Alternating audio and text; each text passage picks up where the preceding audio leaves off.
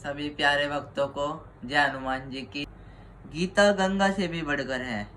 शास्त्रों में गंगा स्नान का फल मुक्ति बतलाया गया है, परंतु गंगा में स्नान करने वाला स्वयं मुक्त हो सकता है। वह दूसरों को तारने की सामर्थ्य नहीं रखता, यानी कि दूसरे का उद्धार करने की क्षमता उसमें नहीं रहती। वह केवल अपने आप को ही तार सकता है। किंतु गीता रूपी गंगा में गोते लगाने वाला स्वयं तो मुक्त होता ही है, वह दूसरों को भी तारने में समर्थ हो जाता है। गंगा तो भगवान के चरणों से उत्पन्न हुई है और गीता साक्षात भगवान नारायण के मुखार विंद से निकली है। फिर गंगा तो जो उसमें आकर स्नान करता है उसी को मुक्त करती है, परंतु गीता तो घर घर में जाकर उन्हें मुक्ति का मार्ग दिखलाती है। इन्हीं सब कारणों से गीता को गंगा से बढ़कर कहते हैं। महान मंत्र है। गायत्री मंत्र केवल आपकी मुक्ति कर सकता है, इससे किसी दूसरे का उद्धार नहीं हो सकता। अगर हमें किसी दूसरे का भी उद्धार करना है तो हमें गीता रूपी ग्रंथ को, महान ग्रंथ को पढ़ना पड़ेगा और उसका उच्चारण करना पड़ेगा, जिससे हमें भी मुक्ति मिलेगी, साथ में दूसरे का भी उद्धार होगा। गीता गायत्री से भी बढ़कर है। गायत्री जप से मनुष्य की मुक्ति होती है, यह बात तो ठीक है, किंतु गायत्री जप करने वाला भी स्वयं ही मुक्त होता है, पर गीता का अभ्यास करने वाला तो तरन तारण बन जाता है।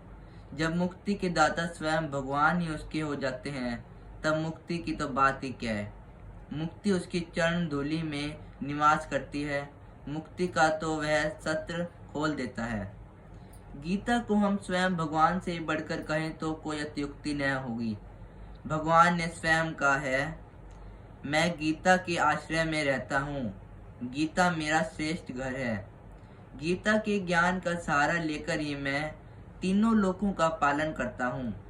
इसके सिवा गीता में ही भगवान मुक्त कंठ से यह घोषणा करते हैं कि जो कोई मेरी इस गीता रूपी आज्ञा का पालन करेगा वह निसंदेह मुक्त हो जाएगा। यही नहीं, भगवान कहते हैं कि जो कोई इसका अध्ययन भी करेगा उसके द्वारा मैं ज्ञान यज्ञ से पूजित हो जाऊंगा। जब गीता के अध्ययन मात्र का इतना महात्म्य है, तब जो मनुष्य इसके उपदेशों के अनुसार अपना जीवन बना लेता है और इसका रहस्य भक्तों को धारण कराता है और उनमें इसका विस्तार एवं प्रचार करता है, तो उसकी बात ही क्या है। उसके लिए तो भगवान कहते हैं कि मुझको अतिशय प्रिय है। वह भगवान को प्राणों से भी बढ़कर प्यारा होता है, यह भी कहा जाए तो कुछ अनुचित न होगा। भगवान अपने ऐसे भक्तों के अधीन बन जाते हैं। अच्छे पुरुषों में भी यह देखा जाता है कि उनके सिद्धांतों का पालन करने वाला जितना उन्हें प्रिय होता है, उतने प्यारे उन्हें अपने प्राण भी नहीं होते। गीता भगवान का प्रधान रहस्यमय आदेश है।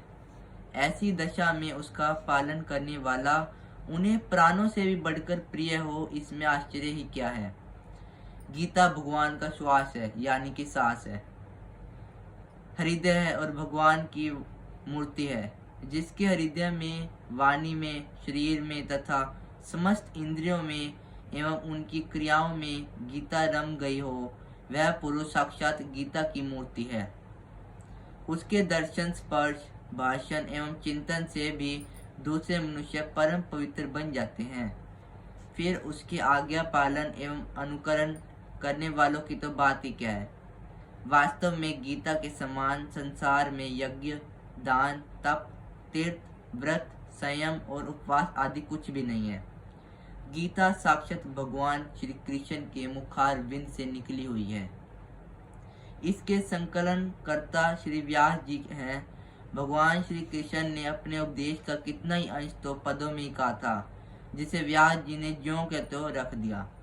कुछ अंश जो उन्होंने गद्य में कहा था, उसे व्यास जी ने स्वयं श्लोकबद्ध कर लिया।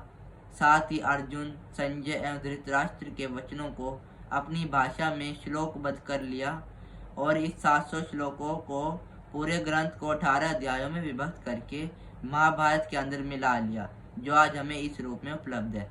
सभी को जय हनुमान जी।